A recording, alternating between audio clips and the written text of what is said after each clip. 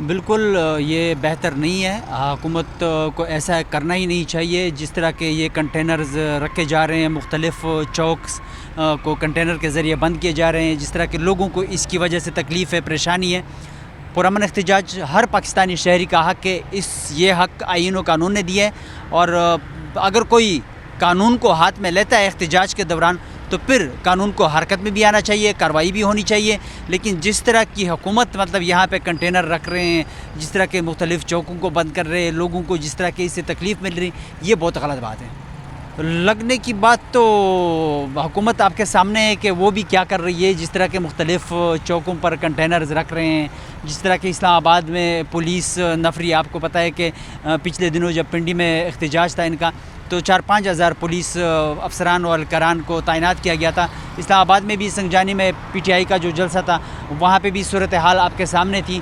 جس طرح کہ 26 نمبر چنگی پہ پولیس اور پی ٹی آئی کے کارکنوں کے دوران پتھراؤ ہوا, تو شیلنگ ہوئی. یہاں پہ بھی کل جو ڈی چوکا علی امین گنڈا پور جو کہ وزیر اعلیٰ خیبر پختونخوا ہے, اس نے جو اعلان کیا ہے کہ میں ہر صورت ڈی چوک پہنچوں گا, اپنا احتجاج ریکارڈ کروں گا.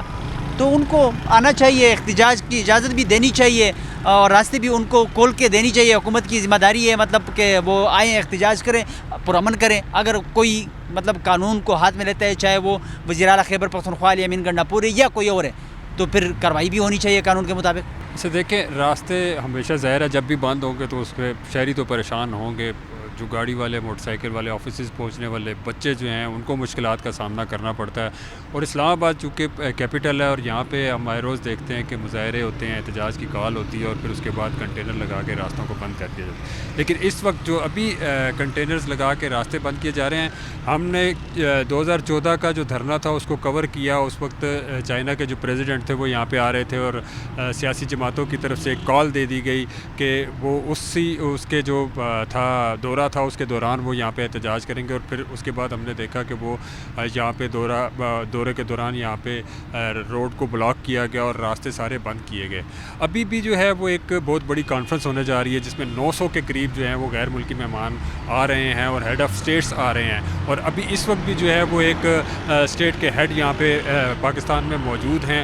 ظاہر ہے پھر جو اس وقت موجود ہے, حکومت موجود ہے یا جو ریاست موجود ہے, اس نے ان کو پروٹوکول بھی دینا ہے, اس کو سیکورٹی بھی دینی ہے.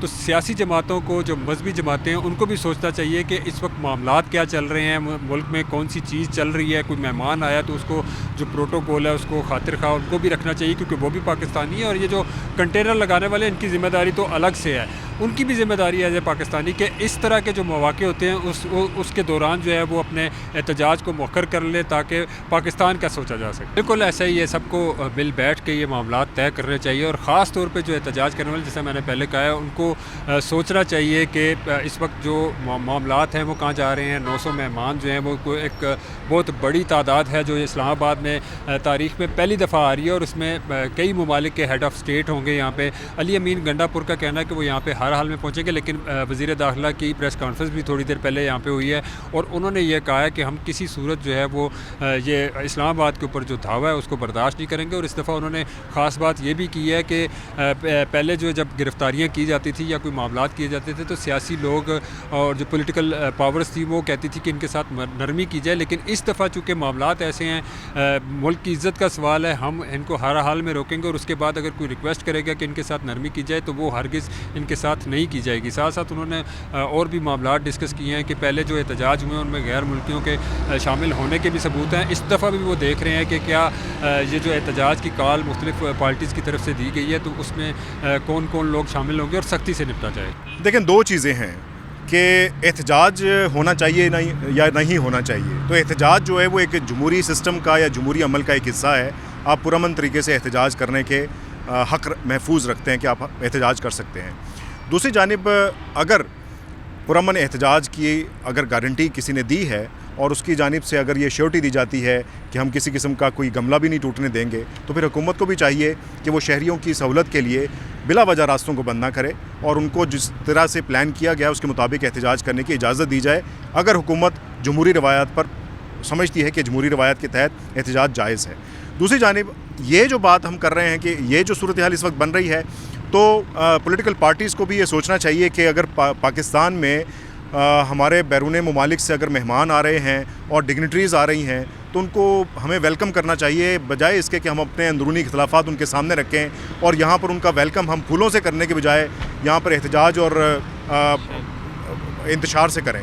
تو اس سے بہتر ہے کہ ہم سب کو مل کے جو مہمان آ رہے ہیں، کیونکہ شنگھائی تعاون تنظیم ایک بڑا فورم ہے اور ان کے جو سربراہان مملکت یہاں پر پہنچیں گے، ملیشیا کے صدر یہاں پر ہیں، چین کے وزیر اعظم یہاں پر آ رہے ہیں، تو ہمیں یکجہتی کا ایک پیغام دینا چاہیے بجائے اس کے کہ ہم انتشار کا ایک پیغام دیں۔ تو اس کے لیے تمام سیاسی جماعتوں کو بشمول پاکستان تحریک انصاف کو یہ سوچنا چاہیے اور میرا خیال ہے کہ ان کو یہ احتجاج جو ہے مؤخر کر دینا چاہیے۔ دوسری جانب حکومت کی جانب سے ہم دیکھتے ہیں کہ عمومی طور پر چاہے وہ کوئی چھوٹی جماعت بھی ایک احتجاج کی کال دے، وہ پورے شہر کو بند کرنا شروع کر دیتے ہیں، کنٹینرز لگا کے راستے بند کر دیتے ہیں۔ یہ عمل جو ہے وہ درست نہیں ہے کہ آپ کنٹینر لگائیں، راستے بند کر دیں۔ آپ معاملات کو ٹیبل پہ حل کرنے کے لیے الیکٹ کیے جاتے ہیں، حکومتیں کنٹینر لگانے کے لیے نہیں تشکیل دی جاتی ہیں۔ حکومتیں معاملات کو ٹیبل پہ بٹھا کے ان سے مذاکرات کر کے ان کو ایڈریس کر کے ان کا حل تلاش کر کے احتجاج کو روک سکتی ہیں۔